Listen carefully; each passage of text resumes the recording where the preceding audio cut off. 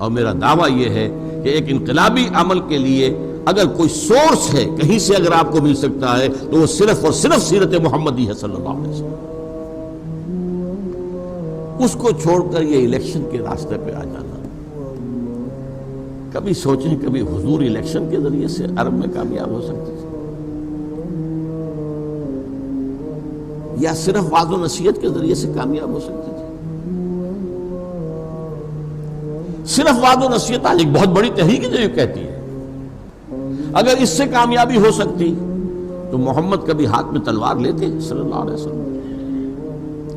وہ کسی مسلمان کے خون کا تو کوئی قطرہ زمین پر جو ہے گرنے کے کا کوئی سوال ہی پیدا نہیں ہوتا، کسی کافر کے خون کا قطرہ بھی نہ گرنے دیتے. اور آپ سے بڑا مبلغ، آپ سے بڑا مربی، آپ سے بڑا مزکی کوئی ہو سکتا ہے؟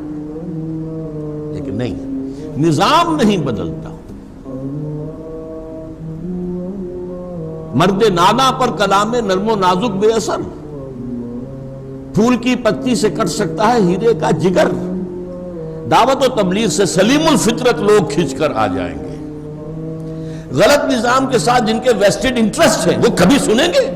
معاذ اللہ.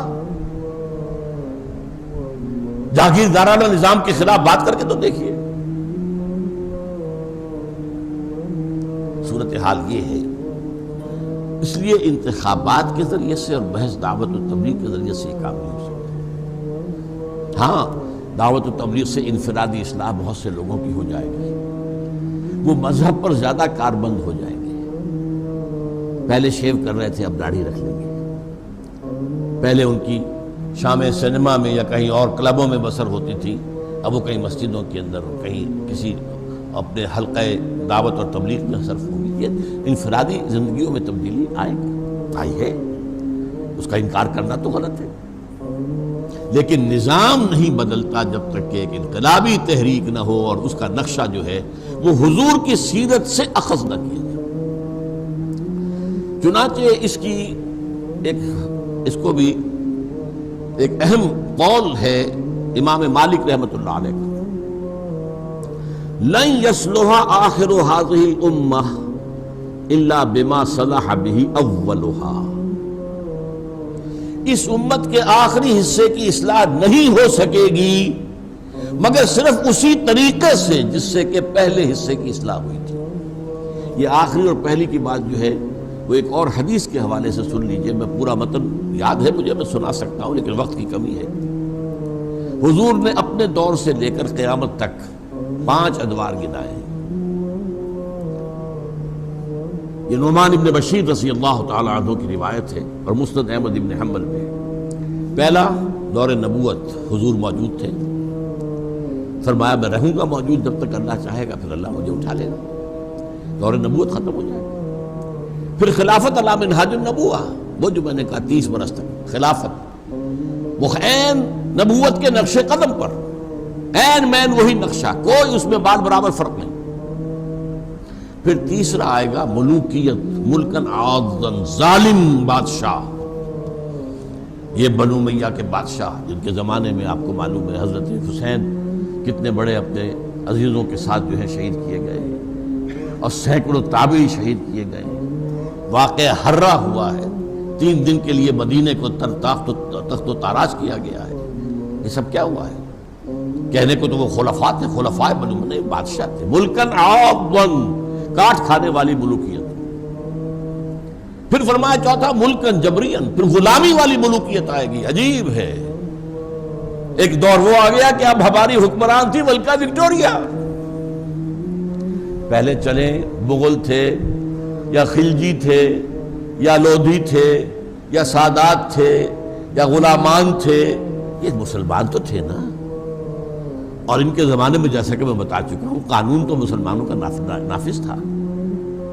مفتی حضرات تھے اور قاضی حضرات تھے، جمعے کا نظام تھا، یہ تھا. لیکن اب کیا ہوا؟ اب انگریز آ گیا، اب حکومت ملکہ وکٹوریہ کی. یہ ہوئی ملوکیت غلامی کی. پھر فرمایا ثم تکون خلافت علی منہاج النبوہ، پھر ایک دور آئے گا خلافت علی منہاج النبوہ کا، 5واں دور. یہ آنا ہے، آ کر رہے گا. اس کی احادیث جو ہیں وہ صحیح موجود ہیں، اور ہم نے ایک کتاب جو اس پہ شائع کیا وہ نوید خلافت کے عنوان سے، اور لاکھوں کی تعداد میں جو اسے پھیلایا ہے، پھر کبھی یہاں پر بھی آپ کو پیش کر دیا جائے گا۔ وہ احادیث بڑی ضروری ہے، کیونکہ موجودہ حالات میں ہر مسلمان جو ہے ڈرا ہوا ہے، اسلام کا کیا مستقبل ہے، مسلمانوں کا کیا مستقبل ہے۔ مسلمان پٹ رہا ہے، ہو گیا مانند آب ارزاں مسلمان کا لہو۔ کیا ہو رہا ہے؟ اے اللہ ہم کم سے کم تیرے نام لیوا ہیں، اے اللہ ہم تیرے نبی کے شہدائی ہیں، ہمارا یہ حال؟ رحمتیں ہیں تیری اغیار کے کاشانوں پر، اور برف گرتی ہے تو بیچارے مسلمانوں پر۔ وائی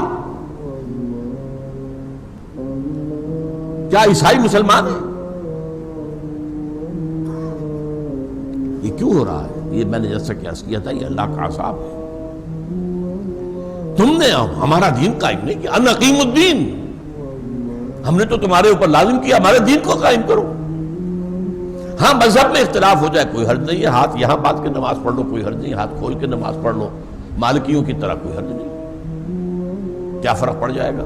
چند منٹ تاخیر سے روزہ کھول لو، کیا فرق پڑ جائے گا؟ واقعی ایک ہے دین، ایک ہے کہ حاکم اللہ اور اس کا قانون وہی قانون ملکی ہوگا، land law of the land, اس کو قائم کریں۔ یہ جو تحریکیں ہیں ان میں ہمارا اب حصہ جو ہے، اب اس تحریک کو لے کر ہم چل رہے ہیں۔ تو میں نے کہا تھا کہ آپ کے سامنے بنیادی بات بھی آ جائے گی ہماری، اور یہ کہ دوسری دینی جماعتوں سے یا حلقوں سے جو کوشش، ہم نفی نہیں کرتے، ہر ایک اپنے رنگ میں کوشش کر رہا ہے، اور جیسا کہ میں نے کہا ہے دینی مدارس کے ذریعے سے جو علماء ہیں وہ جب کبھی کوئی فتنہ کھڑا ہوتا ہے اسلام کے خلاف تو سینہ سپر ہو جاتے ہیں، انہی کی قیادت میں ختم نبوت کی تحریک چلتی ہے، اور قادیانیوں کو غیر مسلم قرار دیا جاتا ہے، کس کے ہاتھوں؟ بھٹو کے ہاتھوں کروایا جاتا ہے۔ لیکن یہ ہے کہ وہ دین کو قائم کرنے کا معاملہ وہ ذہن و صفق نہیں ہے، اوجل ہے۔ اسلام کا تصور ایک مذہب کی حیثیت سے ذہنوں میں بیٹھ گیا ہے، اس کو تو سینے سے لگا رکھا ہے، اللہ کا شکر ہے۔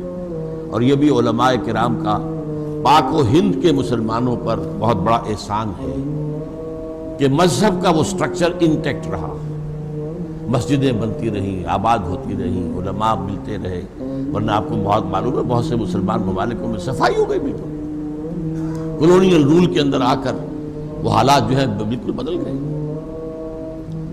اس کے لیے جیسا کہ میں نے عرض کیا ہے اب ہماری اس تحریک کے دو حصے ہیں۔ پہلا حصہ یہ ہے اس جیسا کہ میں نے کہا ایک مغالطہ ہوا، اس مغالطے کی اصلاح کی کوشش۔ پہلے دلوں میں یقین والا ایمان پیدا کرو، صرف وربل ٹیسٹیمنی نہیں، صرف لپ سروس نہیں، ذرا گردنیں جھکاؤ اور اپنے گریبانوں میں جھانکو، یقین ہے، یقین ہے اللہ کی ذات پر اور صفات پر، یقین ہے مرنے کے بعد جی اٹھنے پر،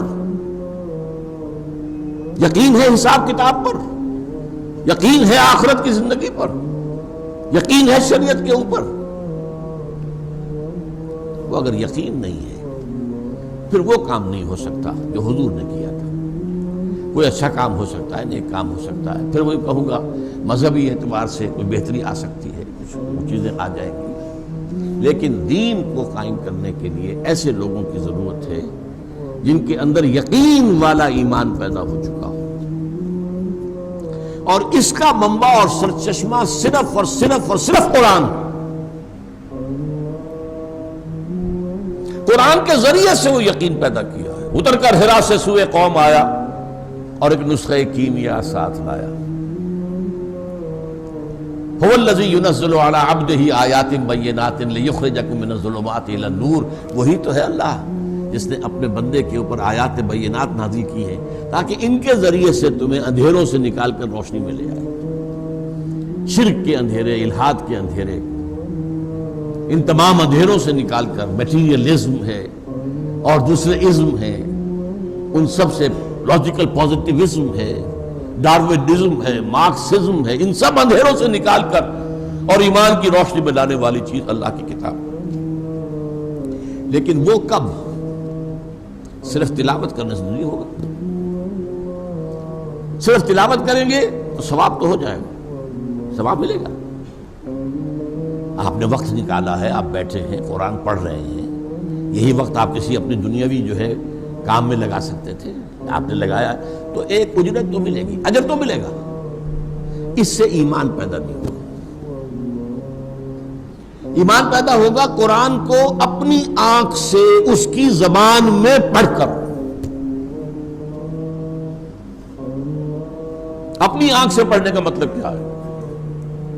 not through the eyes of a translator.